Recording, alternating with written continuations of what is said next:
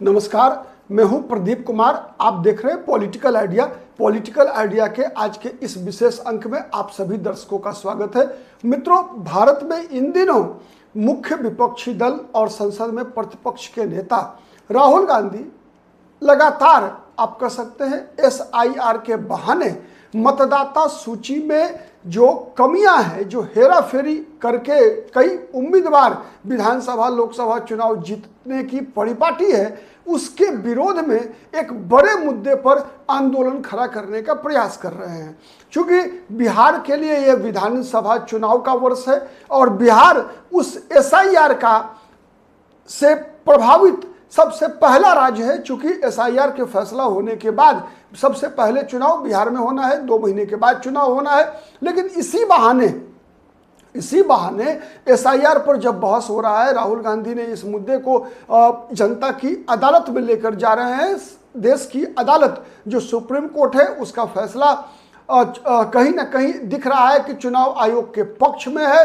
लेकिन राहुल गांधी के प्रवक्ता, कांग्रेस पार्टी के प्रवक्ता ने कहा कि भले ही देश की अदालत सुप्रीम कोर्ट भले ही सरकार के साथ हो, चुनाव आयोग के साथ हो, लेकिन देश का मतदाता जो है वो विपक्ष के साथ है। मतलब SIR पर आर और पार की लड़ाई देश के अंदर होना है। मतदाता सूची की साफ सफाई, ठीक है। राहुल गांधी का मुख्य मुद्दा, जितने भी मुद्दे उठ रहे हैं, ये जितने भी उदाहरण राहुल गांधी ने दिए हैं, जितने भी तथाकथित सबूत राहुल गांधी के द्वारा दिया जा रहा है, इसके बहाने मुझे लगता है कि इस देश की सिविल सोसाइटी, क्योंकि किसी भी देश के भविष्य का निर्धारण उस देश का राजनीतिक दल नहीं किया करता।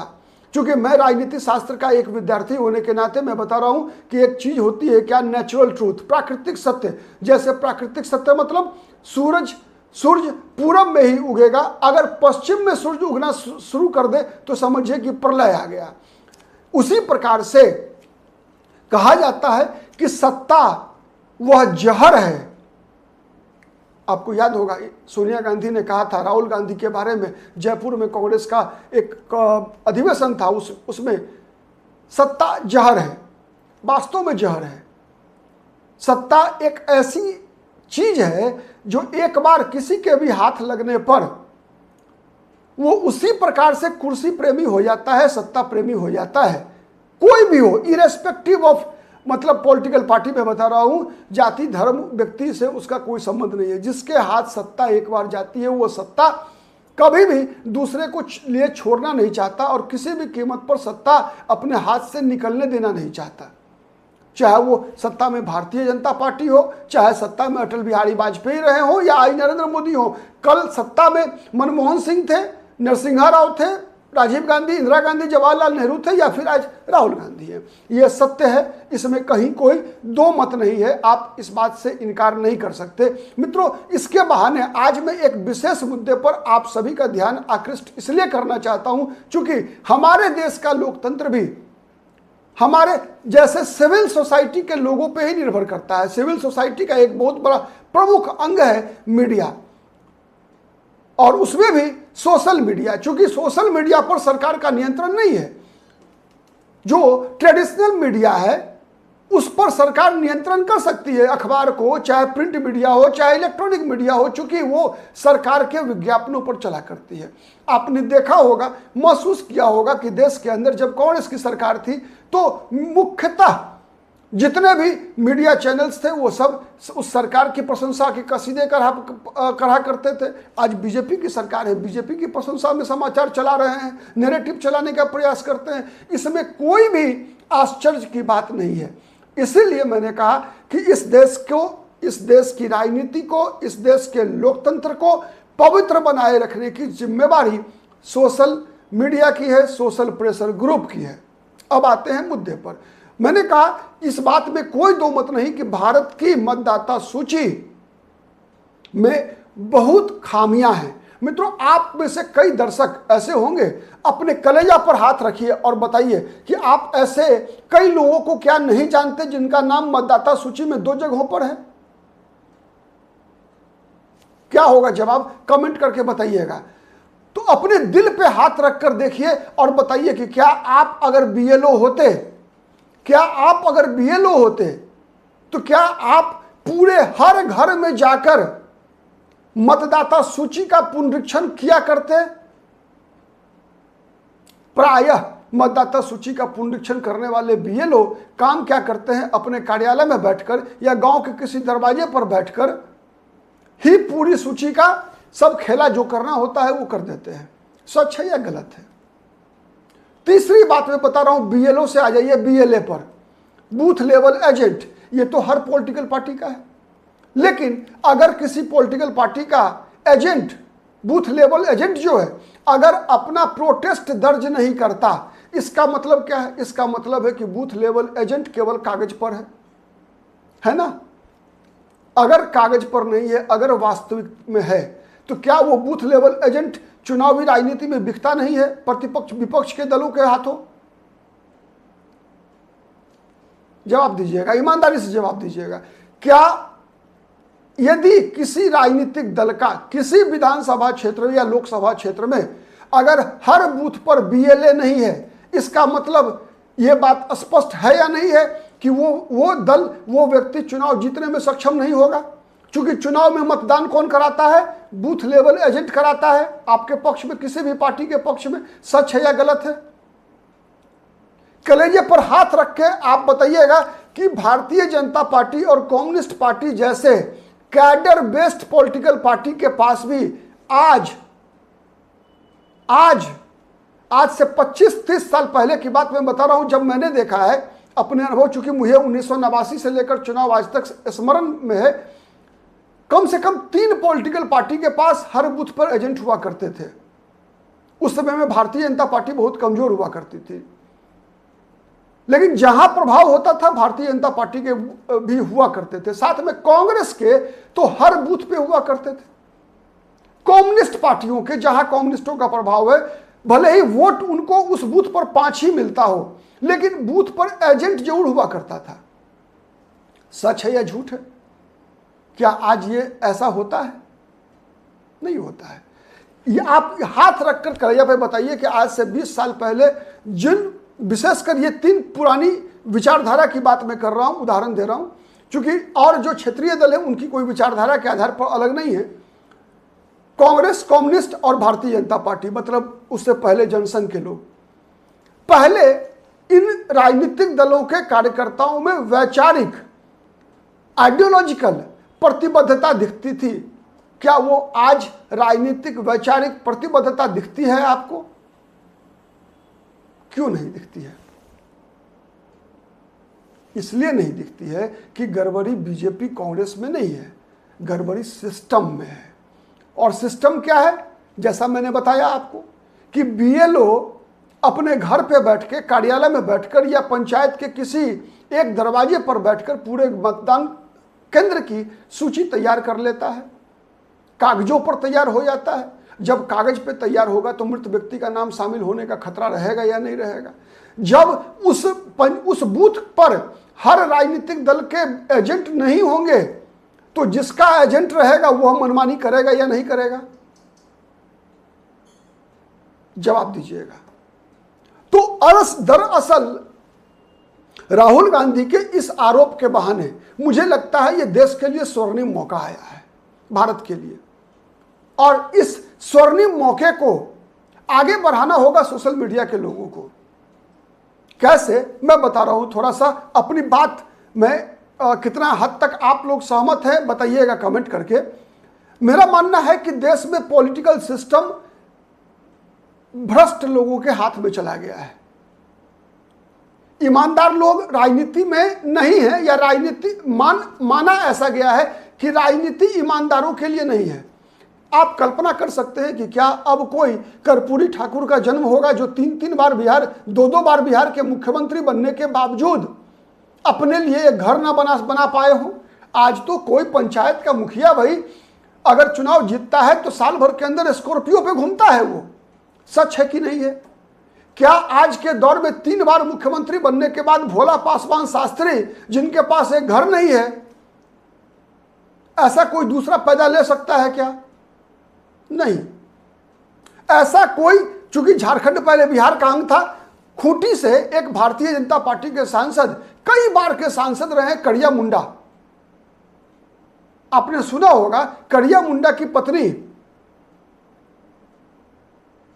कई बार सांसद होने के बावजूद उनकी पत्नी सब्जियां बेचा करती थी। पटना में मैं जहां रहता हूं, मैं बताऊं आपको, एक विधायक हुआ करते थे, मंत्री भी रहे बिहार सरकार में, उनका नाम था रामदेव महतो। बिहार के सहकारिता मंत्री रहे थे कर्पूरी ठाकुर के जमाने में। मैं बता रहा हूं 21वीं शताब्दी के शुरुआती दिनों में मैंने उन्हें टायर का चप्पल पहना हुआ देखा है। आप अनुमान लगा सकते हैं कि राजनीति किस स्तर की थी और आज की राजनीति में केवल धनबली, बाहुबली कहा जाता है। 3M अगर आपके पास नहीं है तो आप राजनीति में सफल नहीं हो सकते। मतलब राजनीति व्यवसाय बन गया है, राजनीति सेवा का माध्यम नहीं है, राजनीति समर्पण का माध्यम नहीं है, राजनीति धंधा बन गया है। सहमत है या नहीं है बताइएगा कमेंट करके जरूर। तो सबसे पहले इस भारत की राजनीति को पवित्र बनाने की आवश्यकता है। जब तक भारत की राजनीति पवित्र नहीं होगी, जब तक चुनाव जीतने वाले लोग बाहुबली होंगे, धनबली होंगे,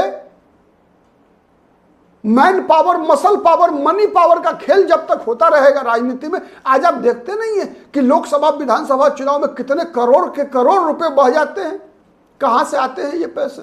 और अगर जो करोड़ों करोड़ खर्च करता है तो वो वसूलेगा किससे? कहां से लाएंगे ये पैसे? इन्वेस्ट करेंगे 5 करोड़ तो निश्चित है कि अगला चुनाव का 5 करोड़ और कम से कम 5 करोड़ मतलब मुनाफा, कुल 15 करोड़ तो कम से कम कमाएंगे ही कमाएंगे। तो 15 करोड़ रुपया कमाने के लिए किसके शरीर से जो है पसीना नहीं निकलेगा आपका ना, आपका खून निकलेगा 15 करोड़ के लिए, वो निकालेंगे। तो सबसे पहली आवश्यकता है देश के अंदर चुनाव सुधार की। देश के अंदर इस बात की आवश्यकता है कि कोई BLO को जो काम दिया गया कि उसके बूथ पर 1200 मतदाता हैं, तो 1200 मतदाताओं का रियल में पुनरीक्षण करे। वो कितने दिन लगेंगे? कई विपक्षी नेता कहते हैं कि 1 महीना बहुत कम है।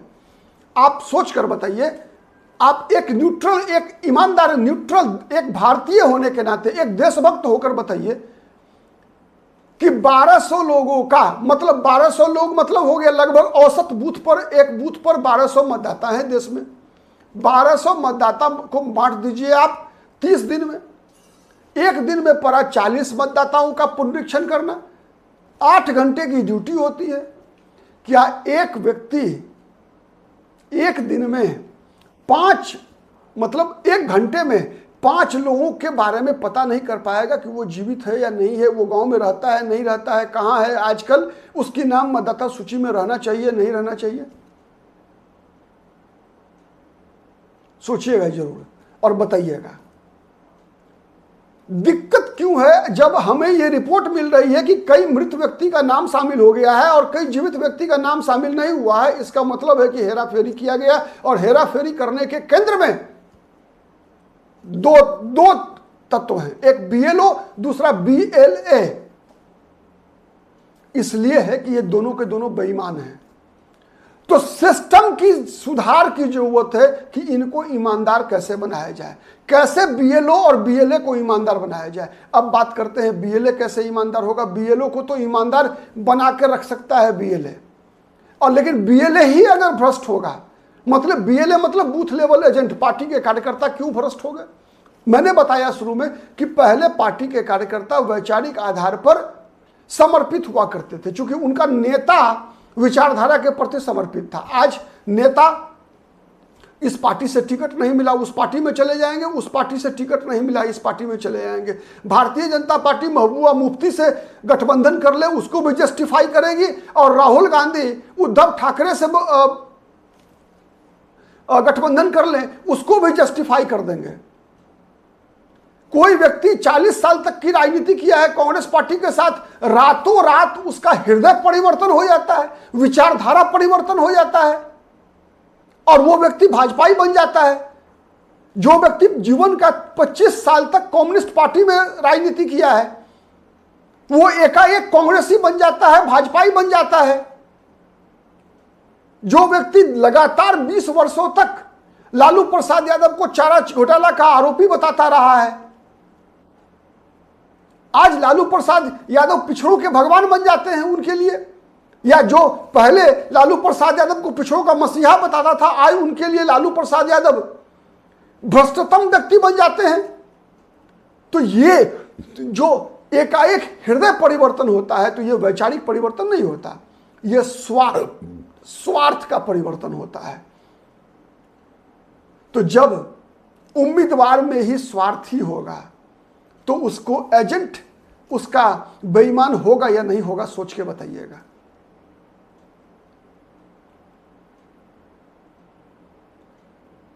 जब किसी उम्मीदवार को चुनाव में लाखों करोड़ों रुपए ईमानदारी से खर्च करने की अनुमति चुनाव आयोग देगा और उस पॉलिटिकल पार्टी को हजारों करोड़ रुपए चंदा करने का अधिकार देगा चुनाव आयोग या सिस्टम, तो क्या वो कहां से पैसा लाएगा भाई? रिजर्व बैंक के ट्रेजरी से पैसा लूट कर तो नहीं लाएगा, कोई भ्रष्ट तरीका ही अपनाएगा।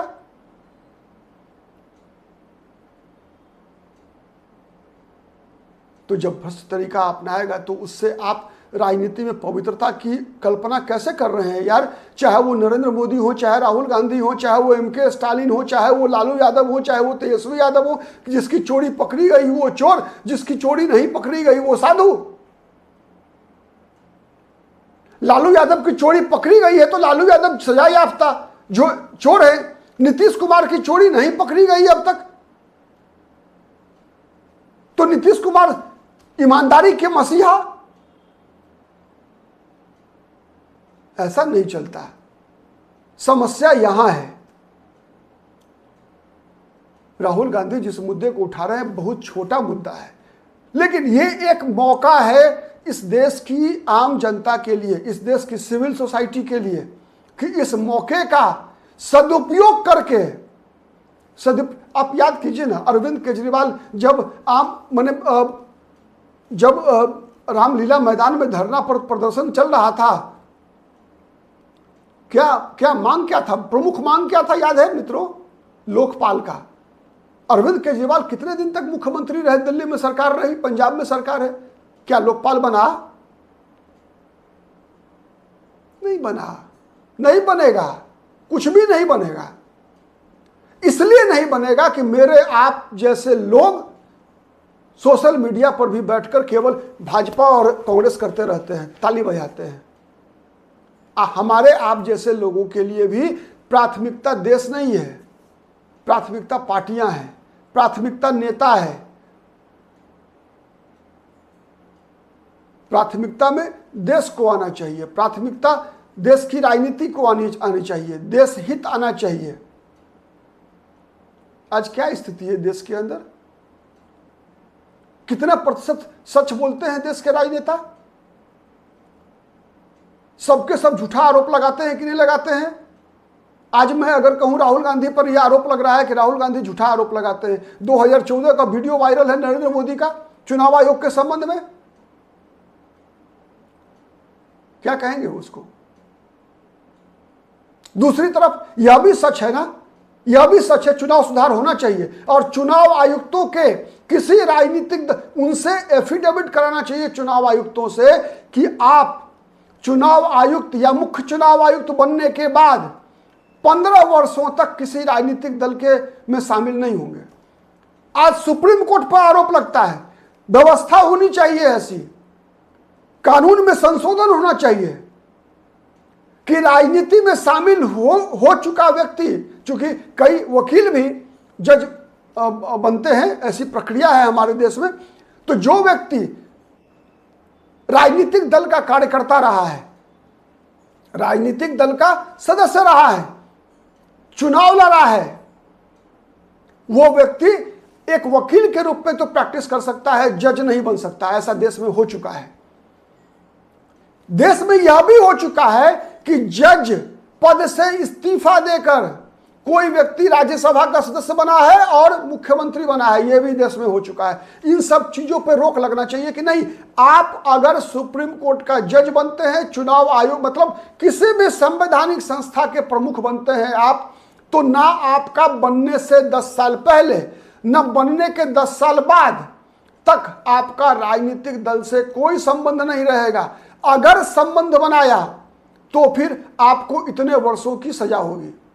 यह कानून में बनना चाहिए, तब राजनीतिक पारदर्शिता होगी, तब इस देश में समान न्याय, नैसर्गिक न्याय सभी लोगों के लिए बराबर होगा।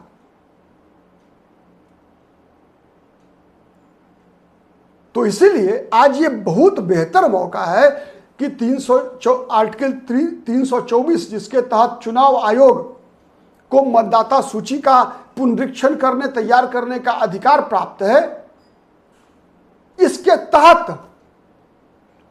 और कठोर धाराएं जोड़ी जाए कि अगर गलती से भी किसी बूथ पर गलत लोगों का नाम मतदाता सूची में शामिल हो गया तो बीएलओ की नौकरी चली जाएगी।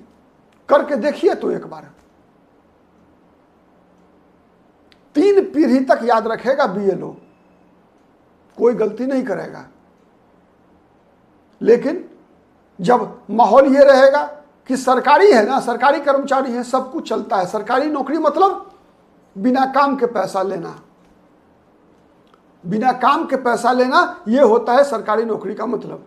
जब तक ये सच है या नहीं है, देश के अंदर ये धारणा है या नहीं है धारणा है कि सरकारी नौकरी का मतलब बिना काम का वेतन लेना? जब तक ये धारणाएं नहीं बदलेंगे। मित्रों, आप याद है अमेरिका के बारे में आप सबने पढ़ा होगा कि बराक ओबामा राष्ट्रपति पद से हटने के बाद कहीं दूसरी जगह नौकरी कर रहे थे अपने जीवन यापन के लिए। क्यों न ऐसी स्थिति भारत में नहीं है कि कोई सांसद, विधायक, मंत्री, प्रधानमंत्री चुनाव जब हारता है, वापस सामान्य जीवन में जाता है, तो क्यों नहीं उसे नौकरी करने पड़ती है? कहां से लाता है परिवार? आप कहेंगे पेंशन। खत्म कर दीजिए पेंशन। राजनीति धंधा नहीं बनेगी, धंधा बन गया है, व्यापार बन गया है।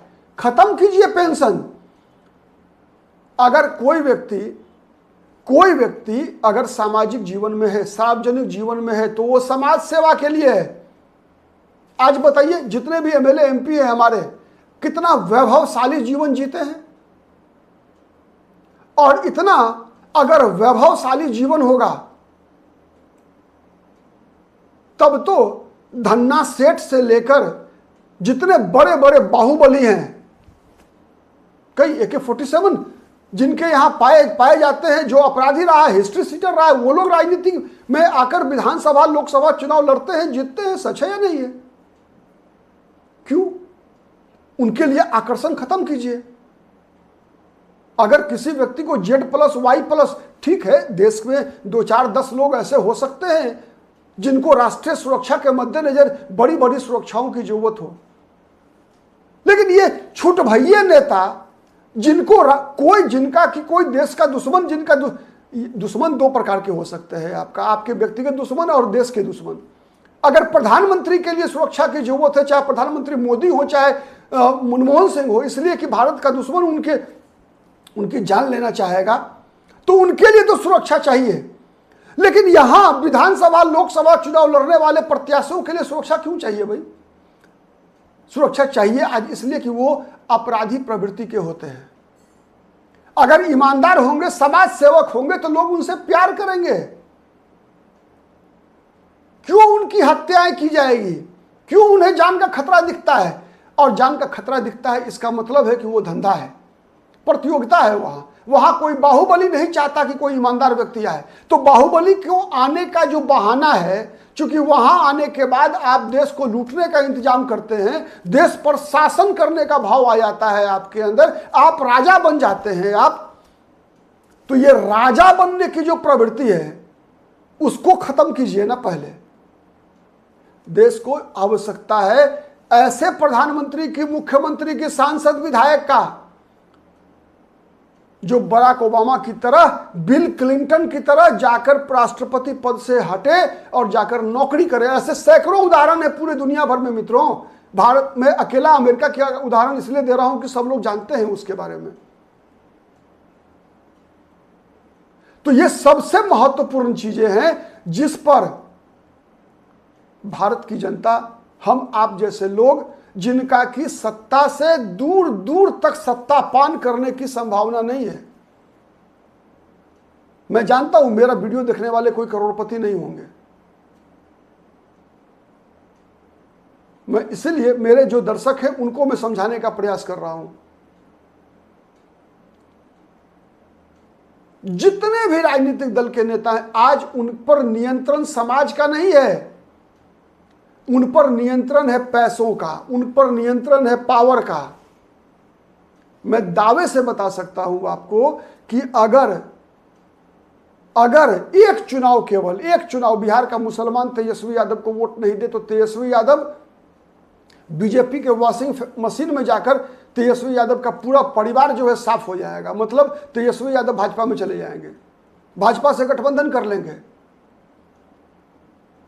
और बीजेपी को भी तेजस्वी यादव से गठबंधन करने में कोई दिक्कत नहीं होगी। यह आज की राजनीति की सच्चाई है। कई नेता, कई राजनीतिक दल ऐसे उदाहरण हैं हमारे समक्ष, केवल आंख खोलकर देख लीजिए। केवल 99% लोग ऐसे ही हैं, केवल वोट की राजनीति करते हैं, केवल पावर की राजनीति करते हैं।